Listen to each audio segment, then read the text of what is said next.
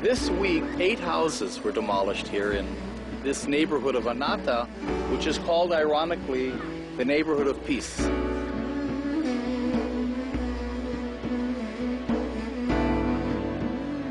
This is 10 minutes from downtown Jerusalem. Up here on the hill, we passed one demolished house. Here's one that was demolished 2 days ago. And this one was 2 days ago. But how does the common Israeli react to this? Israelis don't know, and Israelis don't care.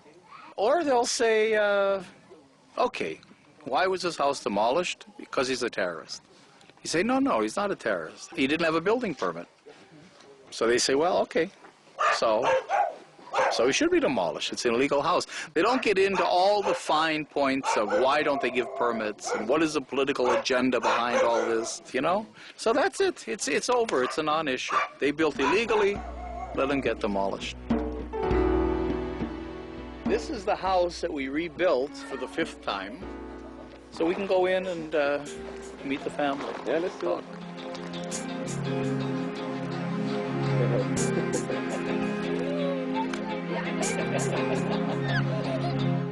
So this is Salim, who's the owner of the house. So, your house has actually been rebuilt 4 times? 4 times. Have you ever felt like giving up? No, because we are looking to have a home like anybody in the world. I have never been arrested by Israeli government. I have never made a terrorist thing, as they are saying all the time. They are giving the image to the world. They are demolishing the terrorist people houses, and this is not true. So I'm here, and I will stay here until I have a home like anybody in the world.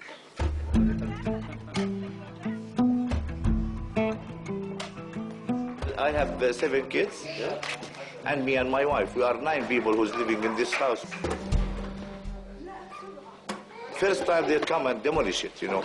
At 2 o'clock in the afternoon, we are eating our lunch, and suddenly I see our home surrounded by soldiers. More than 200 soldiers came to pick us out, me and my kids, out of the house. And when I asked them what they want, they told me, it's not your house now. You have 15 minutes to take your belongings and family out, and we want to demolish it.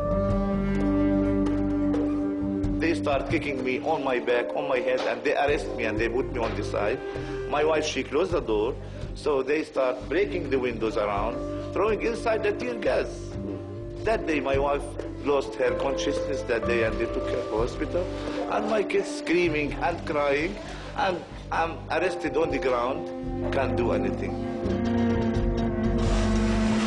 The bulldozers start demolishing the home, and they left us under the sun without anything that day.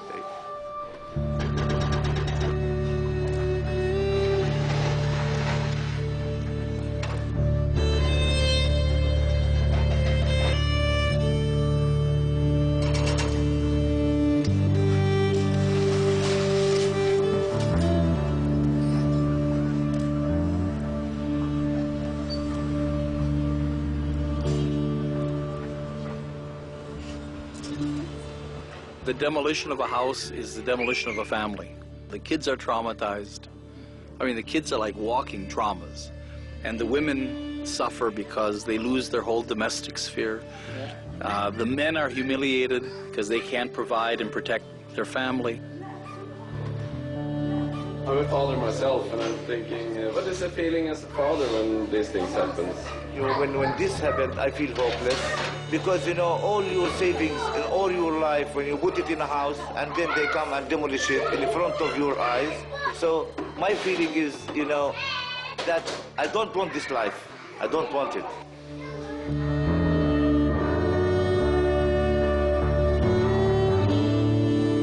It's one of the worst, most tragic, and really the most superfluous elements of the occupation. This isn't land that the Palestinians invaded or something, it's their own land. And not only is this house torn down and they lose their family savings, but they have to pay for the demolition. In other words, the government or the city gives them a bill for the demolition, because the government says, why should we pay for it? They're the criminals. So you get a bill for $1,500, and you're given a fine. Now, your fine can be $15,000, $20,000. And, you know, many of these families make $500 a month.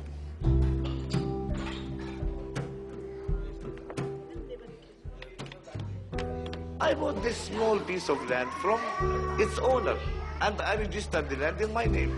They're like anybody in the world. I applied to get a permit for the house, but I never get it. The Israeli government simply say, look, this land was all zoned as agricultural land. So Israel says, we're not discriminating. We're simply applying the law. Now, if you look around here, you can see it's very cynical. This has never been agricultural land. Now, if you're in Oslo and you don't know, you haven't been here, and you'd say, yeah, you know, in Oslo I need a building permit to build a house. It makes sense that this guy does too, and if he built without a permit, well, then his house is demolished. I mean, it makes sense unless you're here. But it's just a game. It's just a facade.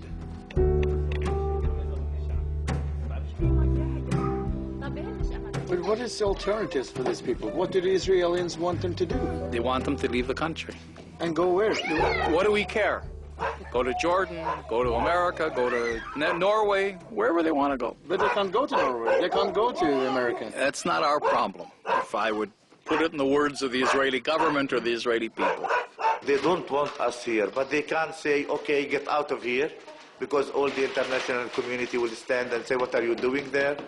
What they are doing now is demolishing your home, confiscating your land.